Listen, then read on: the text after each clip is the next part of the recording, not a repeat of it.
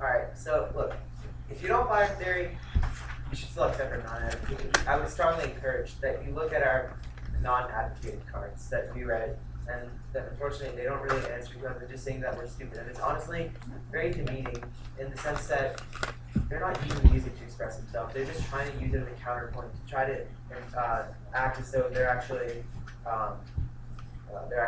operating in the framework. They have warrants. Our cards have warrants that even if you don't buy it, like we're being forced into actually responding to the hate and vitriol they're spreading. And the 1AC talks specifically about how there's a lot of fighting going on. Look, they have conceded they have no solvency and they aren't topical. They haven't answered those arguments at all. We brought them up in a constructive speech, which if you don't buy our music framework and you look at our strict policy, we'll still win the sentence. They didn't answer any of those. And we can win the debate. Look, now about a couple of things they said. They say that our framework is messed up, yet they told him to leave. A novice, his third tournament, is being told to get out of the door. If you tell me that's positive and embracing positivity, that's not based at all. Look, then she says, Holy Savior, throughout this round, I haven't said that you have to accept my, you don't have to, hip hop is so open. And yet, she says, Holy Savior, and that it's a voice given. I mean, just that word, Holy Savior, is embracing her kind of religious dominance over me. Look, that's just how we link to our criticism. But this whole debate, we've just been trying to show how we can show alternative ways, and we've been dismissed. Unfortunately, I'm not sure if they flowed our actual speeches where we danced and sang and showed music. Instead, she says that we encourage racism and drugs. Now, no point in the song was the song racism, and the only references to drugs was showing that how he turned to those after a struggle. She says that how it's off the internet, yet the song criticizes the internet. But he is not using the internet to spread hate we see in the news. Instead, he's showing that, okay, in this age of information, I don't have to use, we're using the internet and we're trying to spread everything possible. We're not looking at the world for answers. We're just trying to look for answers off the internet and searching for answers that honestly we should be finding. They talk about how their case impacts. But again, back to our policy framework, how can their case outweigh if they completely drop topicality, meaning they aren't topical, and if they drop their solvency arguments, meaning that discovery can't solve, and also in the cross-links from between the 1AC and 1MC, that how can they solve if they claim technology has been increased in 20 years, yet they also at the same time double bind themselves.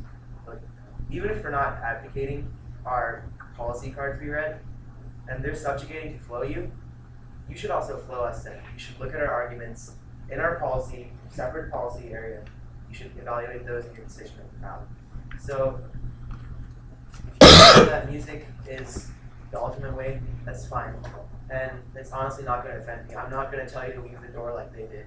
Instead, I'm going to say that, sure, it's your opinion, and whatever feels appropriate. If you want to evaluate us in the policy framework, I'm also fine with that. But in that case, then you have to evaluate all the arguments that they dropped and had no offense on, while we continue to have offense in every single speech, which we did explicitly mention was a separate part of our framework.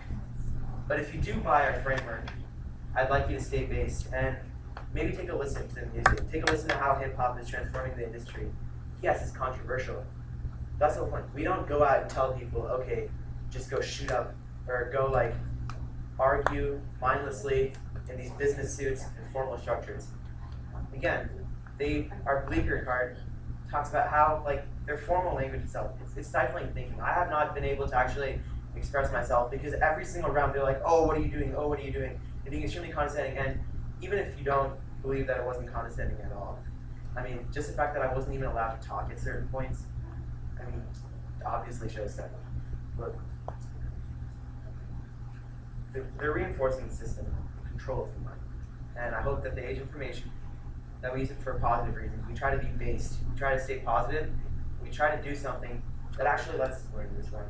I feel like by you voting neg, you're embracing this hip-hop culture. And even if you don't, you still have a new opinion on something. Something that they tried to tell me to leave the door for, or my partner in this case.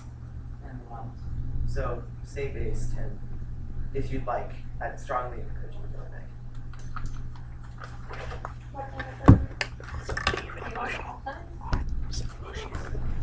Sounds good to me. Why the hell is he wearing jeans and a t-shirt? Go ahead. Why the hell is he wearing jeans and a t-shirt? He's an idiot.